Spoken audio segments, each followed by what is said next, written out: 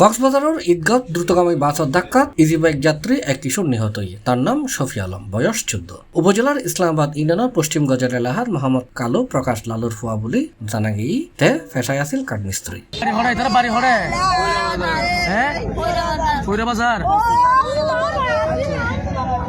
এপ্রিলের 16 তারিখ বুধবার সকাল 10টার দিকে চট্টগ্রাম কক্সবাজার মহাসড়কের ঈদগাঁও থানা সংলগ্ন ডালার দুয়ার এলাকার নেজি এই ঘটনা ঘটটি। ঘটনার সত্যতা নিশ্চিত করছি মালমঘাট হাইওয়ে থানার ওসি মেহেদি হাসান। প্রত্যক্ষদর্শীরা জানাই একান টমটম উগ্র স্ক্র্যাপ মাল বহনকারী ভ্যান ঈদগাঁও অভিমুখে যাইতো আসিল। এ সময় নাজি কক্সবাজার আইনে একান বাস টমটমের পিছুতুন ধাক্কা দেয়। ধাক্কার লয় টমটম মান ভাঙ্গি চুরি যায় গুই এডে টমটমের তাগন্যে যাত্রী শফি আলম ঘটনাস্থলতে মারা যায়, আরো 2 যাত্রী গুরুতর আহত হয়। মালুমঘাট হাইওয়ে থানা সূত্রে জানা গিয়ে থাল রিপোর্ট শেষে লাশ পরিবারের কাছে হস্তান্তর করা হয়।